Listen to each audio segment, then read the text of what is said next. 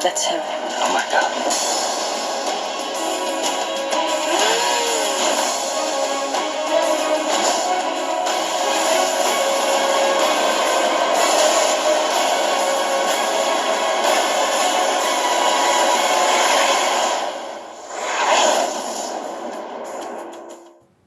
Hello everybody, welcome back to Screenstars. I'm here today to bring you another of my Arnold Schwarzenegger reviews. Today I'm taking a look at the 2002 action thriller Collateral Damage, a film that is directed by Andrew Davis and it stars, of course, Arnold Schwarzenegger. We've got John Leguizamo, Francisca Neri, Elias Koteas, and we've got John Turturro and Cliff Curtis. Now, the film focuses on Arnold Schwarzenegger's character, Gordy Brewer, who is a fireman living a fairly normal life with his wife and young son.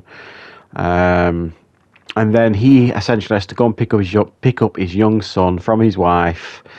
He arrives at like the shopping centre to collect them, and there is a terrorist attack takes place, an explosion. And unfortunately, his wife and son are killed in the blast. This, of course, devastates him. And he becomes very sad to learn that the authorities are kind of not going to do an awful lot about it. So he decides to take a law into his own hand. He heads off to Colombia to find the one responsible for killing his family. Right, what are my thoughts on Collateral Damage? Now, this is a film I went to the cinema to see when it first came out.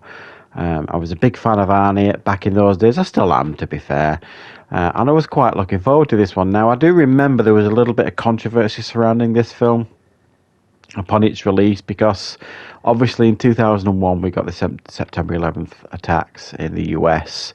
So anything kind of terrorist-related, movie-wise, was either cancelled or moved on in the calendar. So this was due to come out in 2001, but it had to be delayed, and it came out.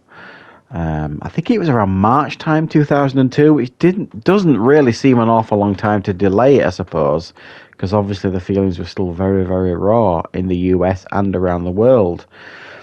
And this film arguably wasn't a success. Well, it wasn't really. It didn't do particularly well at the box office. Now, I think there's a few reasons for that.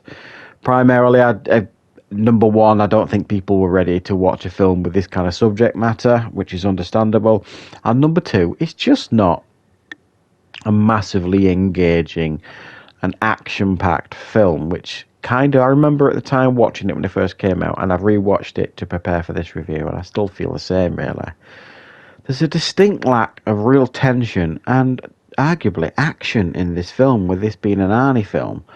And I think some of that was done on purpose. I mean, we've got Andrew Davis directing, who's really good at directing like pretty good, grounded, gritty action films. He did things like The Fugitive. So, you know, he's really good at kind of directing action. He's got a real eye for it, but he's not like a spectacular director, if you like. And I kind of feel like Arnie's miscast a little bit in this film. It's almost like this film probably would have better suited a less physical presence in the role. Because, to be fair, in this film, he doesn't do the things you expect Arnie to do in a movie. Now, you could argue that he was doing it to some degree to kind of shift his career to a certain perspective, but I think at the time, still audience members were still expecting a certain Arnie in these movies. And if you go into this film thinking you're getting an ass-kicking Arnie in the traditional sense, you're going to be disappointed. If you kind of check your expectations and kind of realise what you're getting here is quite a political, in some ways, I hesitate to say grounded, because there are aspects of the film that just aren't grounded at all. But it is not the over-the-top Arnie action fest that you are certainly used to. But I do think Arnold does a good job here in this role. You do buy him as this father. You do buy his devastation at the loss of his wife and his young son.